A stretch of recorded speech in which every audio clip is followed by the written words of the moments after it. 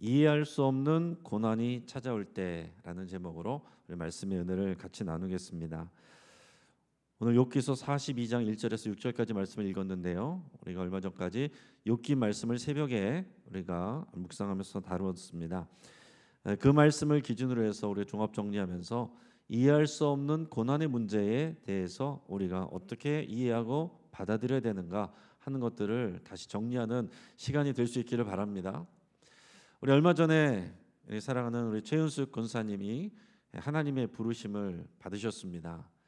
다 이런 장례를 치를 때 한편으로는 또 은혜가 되기도 하고 한편으로는 참 안타깝기도 하고 또 힘이 빠질 때도 있습니다. 왜 그래요? 누구보다도 그렇게 성실하고 예배를 사랑하고 기도하기를 힘쓰고 그렇게 착하신 분이 왜 그런 몹쓸병에 걸리고 그리고 또 잘 낫는가 싶더니 또 재발하고 그렇게 간절히 가족들과 함께 기도했는데 왜 심해지고 결국 하나님께서 불러가셨는가?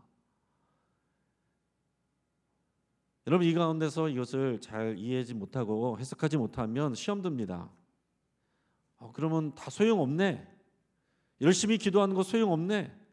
예배 열심히 나왔는데 소용없네. 기도 열심히 했는데 소용없네. 새벽 기도 열심히 나왔는데 소용없네. 그렇게 돼버리는 거예요. 이런 일들이 얼마나 많겠습니까, 여러분? 제 목회 현장에서도 주변에서도 목회자지만 제가 다 설명하기 어려운, 이해할 수 없는, 저도 받아들이기 싫은 그런 일들이 너무나도 많은 거예요. 그럼 어떻게 우리의 인생이, 우리의 삶이 우리의 이해 속에 다 들어오겠습니까? 그러면 인생이 너무 쉽죠. 그러나 세상은 그렇게 녹록하지가 않고 그렇게 세상이 쉬었다면 하나님 역사는 이미 끝났죠. 모든 하나님의 구원 다 끝냈죠. 전능하신 하나님께서 지금 벌써 얼마나 오랫동안 창조지 때부터 지금까지 왜 하나님께서 이 세상의 악과 고통을 끝내지 못하시고 지금까지 이러고 계시느냐? 여러분 어떻게 대답하십니까? 세상에 안 믿는 사람들도 이런 질문 하거든요. 예수님 믿으세요? 교회 갑시다. 이런 질문 던지면 여러분 뭐라고 대답하실래요? 대답하기가 쉽지가 않은 거예요. 하나님이 사랑하셔서 지은 피조물들을 판단하시고 정죄하시고 지옥에 보내신다? 에이, 넌센스. 뭐라고 설명하실래요? 하나님께서 왜 사탄을 만드시고 하나님께서 왜 지옥을 만드셨는가? 뭐라고 설명하실래요? 한 번에 우리가 설명이 다 될 수 있는 그런 부분이 아닙니다. 그리고 또 그렇게 돼야만 되는 것도 아니고 한눈에 한 번에 설명을 했다라고 해서 사람들이 받아들이는 것도 아니고 그렇다고 해서 믿는 것도 아니에요. 우리는 계속해서 우리가 삶의 현실 속에서 하나님의 말씀을 붙들고 씨름하는 그 가운데서 우리가 하나님을 더 깊이 경험하게 되고 이해하게 되고 만나게 되는 것입니다. 오늘 뉴스에서 보니까 유명했던 한 남자 탤런트가 자살했다는 그런 안타까운 뉴스를 봤습니다. 아마 여러분도 보셨을 걸로 생각을 해요. 정말로 잘 나가고 너무나도 이미지도 선하고 그래서 많은 사람들이 좋아했고 우리나라 한국 영화계의 대들보로 이렇게 칭송받던 사람이었는데 어느 한순간에 또 스캔들과 또 이런 가십거리에 휩싸이면서 한 2달여 만에 결국에는 자살로 이 비참한 결과를 가져오고 말았습니다. 개인적으로 너무나도 참 안타까워요. 분명히 이제 본인이 잘못한 것이 있겠지만 그러나 그 고인이 나쁘면 또 얼마나 나쁘겠습니까? 우리하고는 뭐가 다르겠습니까? 우리도 보이지 않는 것에서 보지 않는 것에서 죄 짓고 미워하고 예수님은 마음으로 미워하고 형제를 욕하는 것도 살인이라고 그랬습니다. 우리는 하루에도 몇 번씩이라도 살인하지 않습니까? 누가 누구를 정죄해요? 생명은 너무나도 중요한 것이고 하나님이 주신 것인데 정말 이런 어려운 상황 속에서 주님을 만나지 못하고 이렇게 비참한 비극을 맞이했다는 건 너무나도 참 안타깝고 속상한 그런 일이에요. 그러면서 또 이 사람을 둘러싸고서 주변에서 얼마나 많은 사람들이 또 확실하지 않은 일 가지고 공격하고 비난하고 비판하고 또 아주 사적인 일들까지도 공개하고 이런 일들 속에서 이게 얼마나 수치스럽고 고통스럽고 힘들었는가 하는 것들을 개인적으로 한번 생각을 해봅니다. 여러분, 결국에는 생각해보면 자신이 한 죄가 있지만 죄가 있으면 벌을 받으면 되는 거 아닙니까? 아닌 거면 아니라고 해명하면 되는 거 아니에요? 끝까지 살아서 죄가 있으면 죄를 받고 아닌 거면 해명하고 자신의 생명을 지키고 가정을 지키고 그리고 남은 인생을 잘 살아야죠. 그러나 이렇게 여기까지 오게 되는 데 있어서는 그 죄보다도 주변에서 비난하고 판단하고 정죄하는 그런 많은 사람들, 그런 말들, 그것이 결국은 한 사람을 죽음으로 몰아가지 않는가, 이런 생각을 해보게 됩니다. 또 확인하지 않는 말들, 가십거리들, 그런 것들을 공개하고 퍼뜨리고 그러면서 다른 사람들의 곤란한 상황을 통해서 자기의 이익을 취하는 그런 못된 사람들이 항상 있습니다. 여러분, 우리가 이것을 거울 삼아야 돼요. 교회에서는 정확하지 않은 이야기를 다른 사람들에게 하면 절대로 안 됩니다. 어떤 이야기를 한쪽 편에서만 듣고 얘기를 하면 되겠어요, 안 되겠어요? 나는 그 사람에게 들었으니까 그 얘기를 전하면 수군수군거리는 자가 되는 거예요. 하나님이 싫어하시는 자 중에 성경에서 보면 수군수군거리는 자, 정확하지 않은 말로, 한쪽 편의 말로 그 말을 퍼뜨리면 나는 들은 걸 말했을 뿐이야, 거기에 동참하는 일이 되는 것입니다. 항상 팩트를 체크를 하셔야 되고, 교회와 관련된 일은 여러분 교역자에게 확인하시고, 공적인 결정된 사항을 그 다음에만 얘기를 하시고, 그 이전에는 말씀하시면 안 돼요. 그리고 누군가에게, 내가 친한 사람에게 들었다고 하는 것은 그건 반드시 아무리 맞아야 50%라는 것을 감안을 하셔야 되는 겁니다. 그걸 내가 누군가에게 우기면 50%짜리 말을 사람들에게 돌리는 내가 그런 통로가 되는 거예요. 그러니까 여러분, 정확하지 않은 것은 말하면 안 됩니다. 그럼 정확하게 알았다라고 그랬다, 양쪽의 상황을 알았습니다, 그럼 말해도 됩니까? 그래도 말하면 안 돼요. 본인이 말한다고 하면 모를까, 제3자가 말하면 안 됩니다. 교회에서 수근수근거리는 사람 치고 나쁜 의도라고 말했다고 하는 사람이 어디 있습니까? 다 공익을 위해서, 교회를 위해서, 그 사람의 성장을 위해서, 회개를 위해서. 누가 그런 고난을 줬습니까? 그 입술에서 나온 말이 결국에는 사람을 상처 주고 또 사람을 죽게 할 수 있는 거예요. 여러분, 세상 속에서 일어나는 일들이 교회 안에서 일어난다면, 믿음을 가진 성도들 안에서 일어난다면 그것은 얼마나 더 큰 하나님 앞에서 책망을 받을 일이겠어요.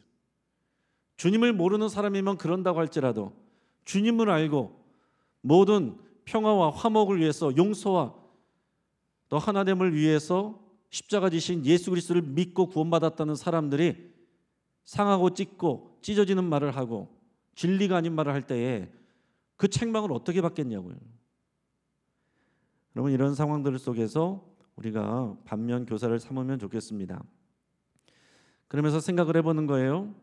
이 탤런트는 너무나 잘 나갔습니다. 돈도 많이 벌었겠죠. 인기도 많이 얻었습니다. 근데 이제 뉴스에서 보니까 48세로 이제 인생의 끝을 달리했습니다. 최윤숙 권사님 64세로 인생의 끝을 맞이했습니다. 과연 어떤 인생이 하나님 앞에 인정받는 인생이 될까? 화려했던 인생이 아니라 결국은 믿음 가지고 산 인생이 하나님 앞에서 인정받는 거 아니겠어요? 하나님 앞에서 칭찬받는 인생이 성공한 인생입니다. 여러분, 이 땅에서 아무리 유명해지고 높아지고 많은 것을 가져도 하나님 앞에서 인정받지 못하고 하나님께 면류관 받지 못하면 정말 불쌍한 사람들이 될 수밖에 없는 거예요. 지금 이런 경우처럼 자기죄로 인한 수치와 고난이 있습니다. 그런데도 얼마나 힘들어요. 얼마나 고통스러워요. 그런데 자기 죄가 아닌데, 내가 잘못한 게 없는데, 그런데 사람들에게 말을 듣고 또 수치를 당하고 고난을 당하면 얼마나 더 힘들겠어요. 우리가 읽은 욥기의 주인공 욥이 그런 경우를 당한 것입니다. 욥은 힘든 일을 당했어요. 근데 욥은 그 힘든 일을 당한 것으로도 너무나도 힘든데 더 힘들게 하는 건 누구예요? 위로한다고 왔던 욥의 친구들입니다. 욥의 친구들 엘리바스와 빌닷과 소발, 그리고 마지막에서 가만히 있다가 말을 길게 한 엘리후, 젊은 사람 엘리후까지, 이 네 사람이 돌아가면서 욥을 판단하고 정죄하는데, 욥은 가만히 있어도 힘든데 옆에서 이렇게 자신을 정죄하고 잘 알지 못하면서 판단하는 사람들 때문에 더 힘들고 더 고통스러웠다는 거예요. 그럼에도 불구하고 욥은 이 모든 상황 가운데서 극단적인 선택을 하지 않았습니다. 욥기 3장에 보면 자기 생일을 저주해요. 내가 차라리 태어나지 않았으면, 요즘 시대에 그런 상황이었으면 자살하죠. 그러나 욥은 비록 내 생일을 저주할 만큼 고통스러운 것을 표현했지만 내 손으로 결정하진 않아요. 그냥 그 상황 속에 있는 것입니다.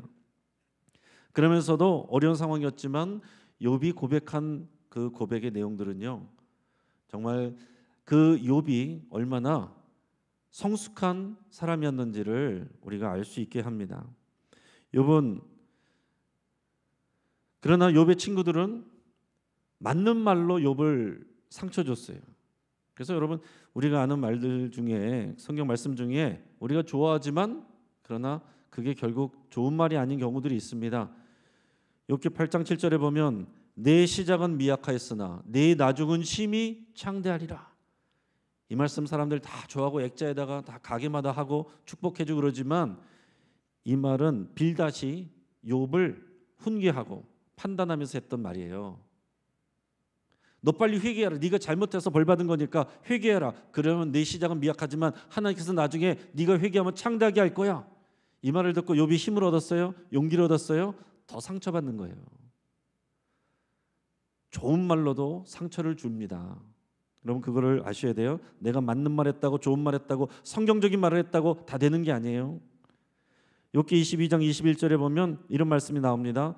너는 하나님과 화목하고 평안하라. 그리하면 복이 내게 임하리라. 얼마나 좋은 말씀이에요. 이것은 엘리바스가 욥을 공격하면서 한 말입니다. 너 왜 이렇게 하나님 앞에 반역하고 하나님을 공격하냐? 하나님을 그런 불의한 하나님으로 만드느냐? 너 빨리 하나님 앞에 돌아와야 돼. 하나님 앞에 회개해야 돼. 하나님과 화목해야 돼. 그러면 너에게 평안 주시고 너를 회복시켜 주실 거야. 이게 위로가 되는 말이에요. 욥의 마음을 더 갈갈이 상처 주고 찢는 그런 말입니다. 왜요? 좋은 말이지만, 성경적인 말이지만 경우에 합당하지가 않아요. 그리고 욥을 충분히 사랑하지 않고 그의 아픈 마음을 공감하는 게 없어요. 그럴 때는 아무리 맞는 말이고 성경적인 말이어도 그게 그 사람을 상처 주고 그 마음을 찢는 그런 일이 될 수 있다는 것을 여러분 꼭 기억하실 수 있기 바랍니다. 그러나 욥은 그 앞에서부터 보면 참 성숙한 신앙을 갖고 있습니다. 이 친구들보다 훨씬 더 성숙한 신앙을 갖고 있어요. 이런 여러 가지 이해할 수 없는 고난이 찾아왔을 때 욥이 뭐라고 말합니까? 내가 알몸으로 나왔은즉 알몸이 그리로 돌아갈지라. 내가 빈손으로 왔으니까 빈손으로 가는 것 당연한 것 아니냐, 이렇게 말하는 겁니다. 주신 이도 하나님이시요 가져가신 이도 하나님이시니 오직 하나님의 이름이 찬양받으실지로다. 감정으로는 그렇지 않겠죠. 이해할 수 없고 속상하고 화나고 죽고 싶은 그런 마음이지만 믿음으로 내 입술을 제어하는 거예요. 믿음으로 선포를 하는 것입니다. 그러면서 이 모든 일에 욥이 범죄하지 아니하고 하나님을 향하여 원망하지 아니하니라 그랬습니다. 여러분, 우리의 입으로 사람을 상처 주고 죄를 짓는 것이고 우리의 입으로 믿음을 지키는 거예요. 우리의 입이 영적 전쟁의 가장 최전방입니다. 여러분의 입을 지키시기를, 믿음으로 입을 지키시기를 주의 이름으로 축복합니다. 그러려면 말을 수를 줄여야 돼요. 말을 많이 하면 실수를 많이 하게 돼 있습니다. 저도 어릴 때부터 말하는 걸 좋아했고 남들 웃기는 거 좋아했고, 그러다가 보니까 어느 순간 나도 모르게 나에게서, 저에게서 상처받는 사람들이 생기는 것을 보면서 또 하나님의 말씀을 묵상하면서 말을 줄이고 또 말수를 줄이고 또 입을 닫아서 침묵하는 것을 노력하고, 그러다 보니까 오랜만에 만난 사람들은 왜 이렇게 말수가 적어졌나 그런 말을 합니다. 또 심지어는 이제 교인들 가운데서는 좀 너무 차갑다 이런 오해를 받기도 해요.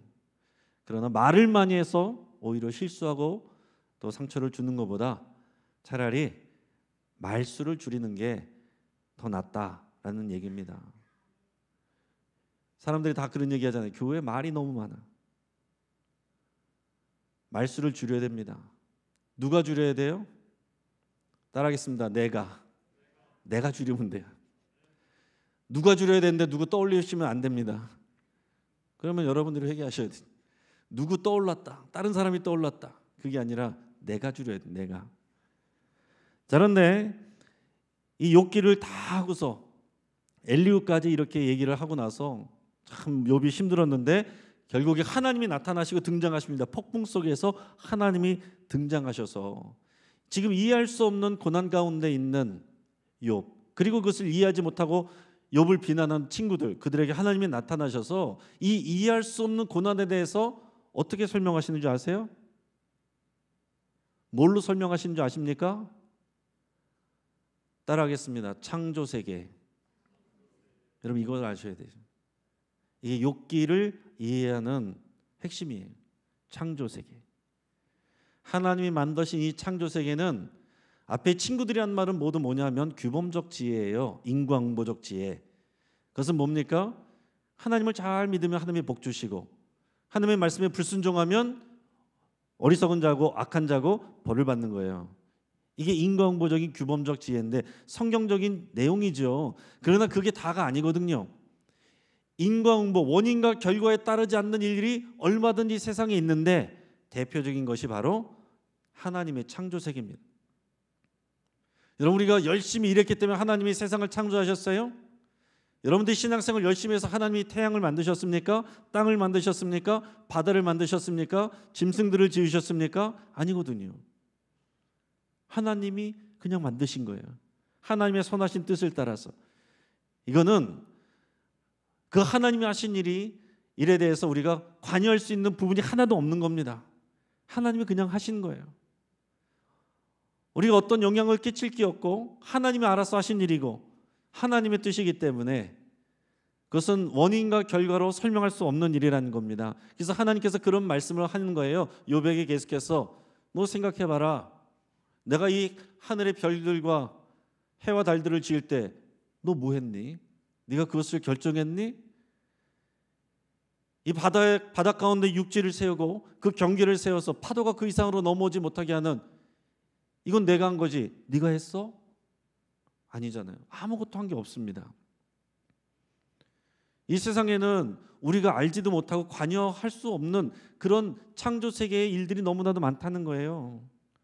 또 야생동물을 말하면서 야생동물을 네가 다 관리했어? 먹이고 있어? 그거 어떻게 돌아가는지, 어떻게 살고 어떻게 먹는지 그걸 네가 알아? 우리는 하나도 모르죠. 가끔 이제 동물에 대한 다큐멘터리나 이런 거 보면은 굉장히 신기하잖아요. 야생동물 본능적으로 사는 야생동물인데 그 야생동물들 안에 나름대로 질서가 있어요. 참 신기합니다. 또 그래서 어떤 사람들은 개미만 연구해가지고서 책을 엄청나게 길게 쓴 사람들도 있는데 개미 세계만 봐도 그 안에서 굉장한 조직이 있고 질서가 있고 그런 게 있어요. 굉장히 신기합니다. 또 우리 교회 안에도 코끼리를 좋아해서 코끼리만 또 이렇게 연구하신 분이 계신데 코끼리 이야기 또 읽어보면 코끼리도 우리가 그냥 짐승인 줄 알았는데 자기들끼리 보호하고 자기들끼리 질서가 있고 자기들 모르는 코끼리인데도 죽어 있으면 그냥 가지 않고 그 옆에 가서 애도하고 가고 뭐 그런 놀라운 그런 일들이 있어요. 내가 그렇게 만들었지 네가 했니? 이 동물들 야생동물 어떻게 먹고 사는지 네가 아니? 내가 다 먹이는 거야. 내가 다 돌보는 거야. 네가 모르고 이해할 수 없는 세상이 이렇게 가득한데 어떻게 네가 당하는 일, 이 세상을 네가 다 이해하려고 그러고 이해 못한다고 해서 불평할 수가 있겠어? 이렇게 말씀을 하시는 겁니다. 자, 그러면서 결국에는 이런 말씀을 들으면서 욥이 마지막에 오늘 42장 본문을 통해서 이렇게 내용을 읽은 거예요. 오늘 본문 말씀을 같이 한번 1절에서 6절까지 말씀을 한번 읽어보겠습니다. 시작. 욥이 여호와께 대답하여 이르되 주께서는 못하실 일이 없사오며 무슨 계획이든지 못 이루실 것이 없는 줄 아오니 무지한 말로 이치를 가리는 자가 누구니까? 나는 깨닫지도 못할 일을 말하였고 스스로 알 수도 없고 헤아리기도 어려운 일을 말하였나이다. 내가 말하겠사오니 주는 들으시고 내가 주께 묻겠사오니 주여 내게 알게 하옵소서. 내가 주께 대하여 귀로 듣기만 하였사오나 이제는 눈으로 주를 배움나이다. 그러므로 내가 스스로 거두어 드리고 티끌과 제 가운데서 회개나이다. 아멘. 자, 욥이 이렇게 고백을 했는데, 근데 이 욥의 이 고백의 내용은요, 사실은 이제 해석하기가 좀 쉽지는 않습니다. 우리가 그냥 읽었을 때는 쉽게 이해할 것 같지만 이 말씀을 읽을 때 뭔가 이상한데 라는 생각이 들어야 욥기를 잘 읽은 거예요. 그냥 이게 쉽게 읽혀지면 욥기를 잘 모르고 제대로 안 읽어서 그런 겁니다. 왜냐하면 자, 2절에서 주께서는 못하실 일이 없사하며 무슨 계획이든지 못 이루실 것이 없는 줄 아오니, 이건 새로 깨달은 말이 아니에요. 욥이 앞에서부터 계속 그렇게 얘기를 했습니다. 하나님의 주권, 하나님의 자유 있다는 것을 욥이 계속 얘기를 했어요. 새롭게 깨달은 말이 아닙니다. 욥은 계속 그거를 말했습니다. 그러면서 3절에서 무지한 말로 이치를 가린 자가 누구니까? 나는 깨닫지도 못할 일을 말하였고 스스로 알 수도 없고 헤아리기도 어려운 일을 말하였나이다. 우리는 그냥 이 말씀만 들으면 욥은 잘못 얘기했구나 이렇게 생각할 수 있지만 그게 무슨 내용일까요? 욥은 방금 말씀한 것처럼 하나님이 그 창조 세계에 대해서 말씀하신 하나님의 주권과 우리가 다 이해할 수 없는 것에 대해서 계속 얘기를 했거든요. 하나님이 말씀하신 것을 욥이 얘기를 했다고요. 그러니까 이 그냥 읽으면 이게 무슨 말일까 잘 이해가 되지 않아야 내가 욥기를 제대로 읽은 겁니다. 그러면서 5절에서 내가 주께 대하여 귀로 듣기만 하였사오나 이제는 눈으로 주를 배움나이다. 욥이 이전에도 하나님을 알았습니다. 그러나 하나님께서 자신을 어떻게 생각하시는지 또 하나님의 내 삶에 관여를 하시는지 안 하시는지 정확하게 잘 몰랐어요. 친구들은 하나님께서 저 높으신 하나님께서 너 같은 사람을 무슨 그렇게 크게 관심을 갖느냐 막 이랬거든요. 그러나 우리 욥기 1, 2장 보면 하나님께서 천상회의를 하면서 욥에 대해서 뭐라고 하셨냐면 욥은 의로운 자다. 다른 사람들보다 가장 온전하게 행하는 자다. 하나님께서 이렇게 말씀하셨고 그의 삶에 대해서도 하나님께서 더 신뢰하셨어요. 근데 이런 것을 모르는 상황에서 욥이 고백하는 내용들은 정말 깊은 내용들이에요. 그렇게 고백하기 어려운 것들입니다. 내가 이해할 수 없으나 하나님을 찬송합니다. 그러나 너무 고통스럽고 괴롭습니다. 이 고백을 하는 거거든요. 그럴 때마다 친구들은 네가 잘못해서 그런 거야. 네가 죄지어서 그런 거야. 빨리 하나님 앞에 회개해. 하나님이 너를 치신 거야. 네가 잘못했기 때문에 친 거야. 아니야, 나는 까닭 없이 난 그런 일을 하지 않았어. 까닭 없이 하나님께서 하나님의 주권과 권능으로 나를 이렇게 만드셨어. 그러니까 친구들은 하나님이 그런 불의한 하나님이 아니야. 그러면서 하나님을 변호한답시고 맞지 않는 말로 욥을 계속 공격했습니다. 근데 욥은 사실 하나님을 어떻게 생각하는지 정확히 모르지만 이 성숙한 믿음을 갖고 있었어요. 그러나 이제 하나님께서 나타나셔서 사실은 욥의 말이 맞는 것을 입증해 주셨거든요. 그 뒤에서 보면 욥이 맞았다, 욥이 승리, 너희 친구들 너희가 말한 것은 욥이 말한 것처럼 옳지 않다, 그러니 회개하는 제사 드려라. 그러면 욥이 내게 너희들을 위해서 기도하면 내가 욥을 봐서 너희들을 용서해 줄 거야, 이렇게 말씀하십니다. 욥의 판정승. 그런데도 욥은 내가 귀로 듣기만 하였으나 이제는 눈으로 주를 배움나이다. 이제는 정말로 내가 말한 것을 하나님께서 말하신 것을 통해서 확증받는 거예요. 이제는 더 신앙이 한 차원 높은 곳으로 가는 것입니다. 6절에서 보면 그러므로 내가 스스로 거두어드리고 티끌과 제 가운데서 회개하나이다. 뭘 회개하는 걸까요? 이게 갸웃갸웃해야 돼요. 뭘 회개하는 거지? 욥이 지금 하나님이 말씀하신 것과 같은 맥락으로 얘기를 했는데 갸웃갸웃해야 욥기를 잘 읽은 겁니다. 이게 그냥 쉽게 이해되고 그랬구나, 회개했구나, 그전에는 잘못했구나, 이렇게 하면 욥기를 제대로 안 읽은 거다라는 얘기입니다. 그런데 여기서 이런 해석을, 다양한 해석이 있을 수 있는데 주장을 거두어 드린다 이렇게 표현한 것을 나는 멸시와 조롱을 당했습니다, 원어를 이렇게 해석할 수도 있습니다. 그리고 나는 회개하나이다, 이거를 나는 위로를 받습니다, 이렇게 해석할 수도 있습니다. 그래서 오늘 본문을 우리가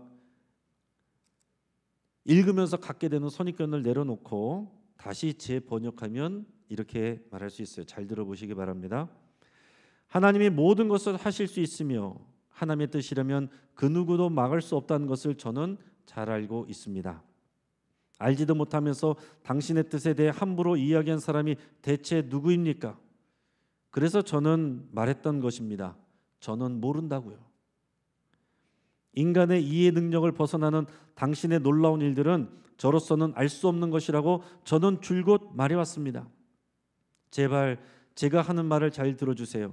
제가 여쭐 테니 제게 알려주세요 라고 제가 간절히 원했었는데 이제 제 귀로 하나님의 음성을 듣고 제 눈으로 하나님을 만나 뵙게 되었습니다. 저는 그동안 진흙더미와 잿더미에서 멸시와 조롱을 당해왔습니다. 그러나 이제 하나님으로 인해 나는 위로를 받습니다. 이렇게 번역이 될 수 있다라는 얘기입니다. 사실 이렇게 맥락으로 보면 이게 맞는 거예요. 욥은 하나님이 하신 말씀, 그냥 우리 한글로 읽다 보면 욥이 혼난 것 같지만 사실은 욥이 생각한 게 맞았습니다. 하나님이 하신 말씀이 맞아요. 그러면서 하나님께서 욥을 또 인정해 주십니다. 그러나 물론 하나님 앞에서 너무 힘들기 때문에 탄원하기도 했습니다. 하나님이 나와 정말 이 재판정에서 내게 변론하시고 말해 주셨으면 좋겠다, 이렇게 또 말하긴 했어요. 그러면서도 줄곧 하나님의 높으심과 하나님의 주권, 하나님이 하신다면 하시는 거지, 이거를 인정을 했었거든요. 그런데 이제는 내가 그렇게 막연히 생각하고 주장했는데 하나님께서 정말로 그렇게 응답하시고 보게 하셔서 내가 이 친구들의 비난 속에서 이제 하나님으로부터 위로를 받습니다. 이렇게 고백이 되는 거예요.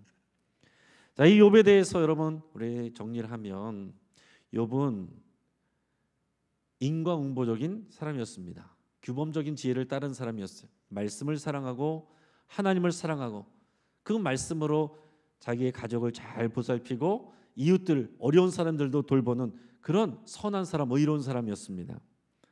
그래서 하나님께서 그에게 많은 복을 주셨어요. 정말로 그 인과응보적인 규범적인 지혜의 모델이 될 만한 사람이 욥이었습니다. 그런데 그게 깨지는 순간이 온 거예요. 자, 쉽게 말해서 우리 가운데 신앙생활도 잘하고 자녀들도 잘 되고 하늘일도 사업도 잘 되고 건강하고 회사에서도 잘 되고 그래서 누구나 봐도 저분은 정말 믿음도 좋고 사람들에게 본이 되고 정말 믿음으로 하나님 앞에 헌신하고 충성하면 다 저렇게 되는 거야 라고 할 만한 그런 사람이었다는 거예요. 그것도 은혜가 되죠. 그런 사람이 있죠. 그런데 어느 날 그분이 부도를 당해요. 그분의 자녀들이 사고로 죽어요. 그분이 중한 질병에 걸려서 사경을 헤매요. 옆에 있는 성도들이 시험에 듭니다. 어떻게 저럴 수 있지? 저분은 저렇게 신앙생활 열심히 했는데 그동안 저렇게 복을 많이 받았고 남들도 그렇게 칭찬하고 그렇게 간증도 하고 다녔는데 지금 저건 뭐야? 저 사람은 하나님 앞에서 우리가 알지 못하는 죄를 지었던 게 분명해. 하나님이 치셨을 거야. 이게 욥의 친구들의 생각이죠.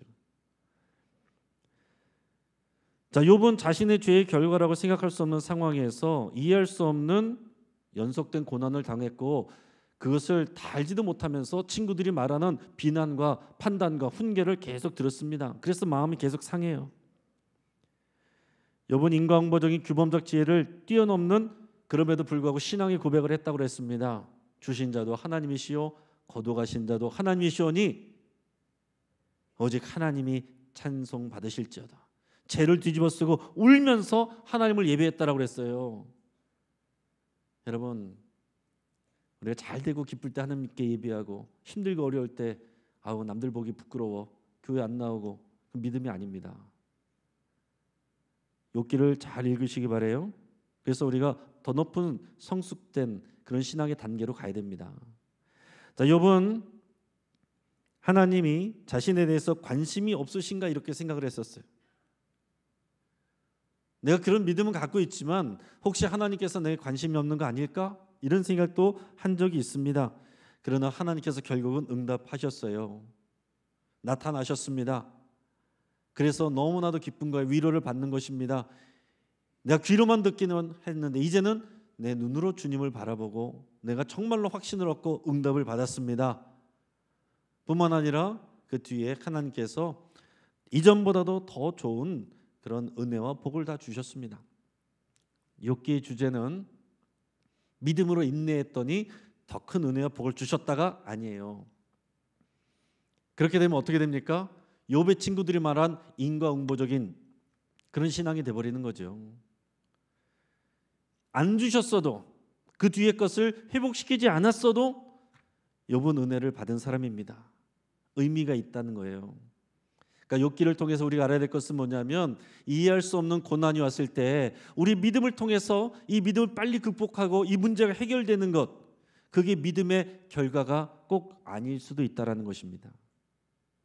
그냥 이 고난 그 자체로 괴로워하고 고통스럽지만 이 상황 가운데서 믿음으로 이 상황을, 이 자리를, 믿음의 자리를 지키는 것, 그게 하나님 앞에서 칭찬받는 일이다라는 얘기입니다. 여러분, 연예인들 보세요. 잘 나가다가 또 정치인들도 사람들에게 존경을 받다가 조금만 실수와 잘못에 대해서 오해를 받든지 드러나든지 하면 견디지를 못합니다. 원래 잘못한 것이 많은 사람들은요 괜찮아요. 근데 오히려 인정을 받고 칭찬을 받았던 사람들은 못 버팁니다.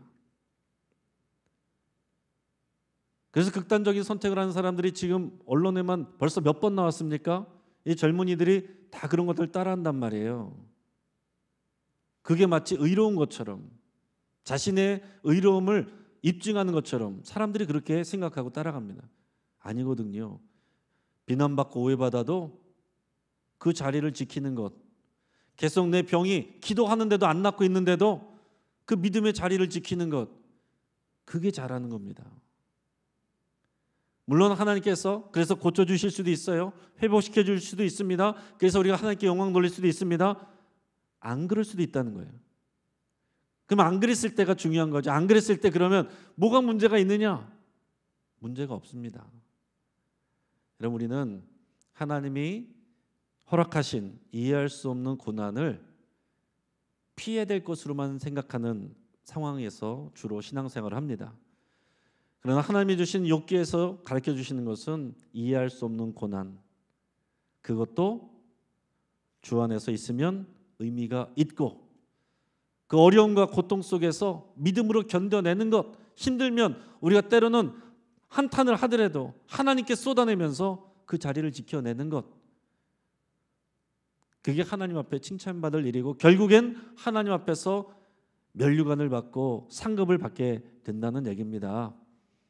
연예인과 정치인들이 이 땅에서 많은 것들을 소유하고 존경을 받고 권력을 가졌어도 저는 최윤숙 권사님이 질병 가운데 하나님의 부르심을 받았지만 훨씬 더 큰 상급과 면류관 받는다는 것을 확신하고 있습니다.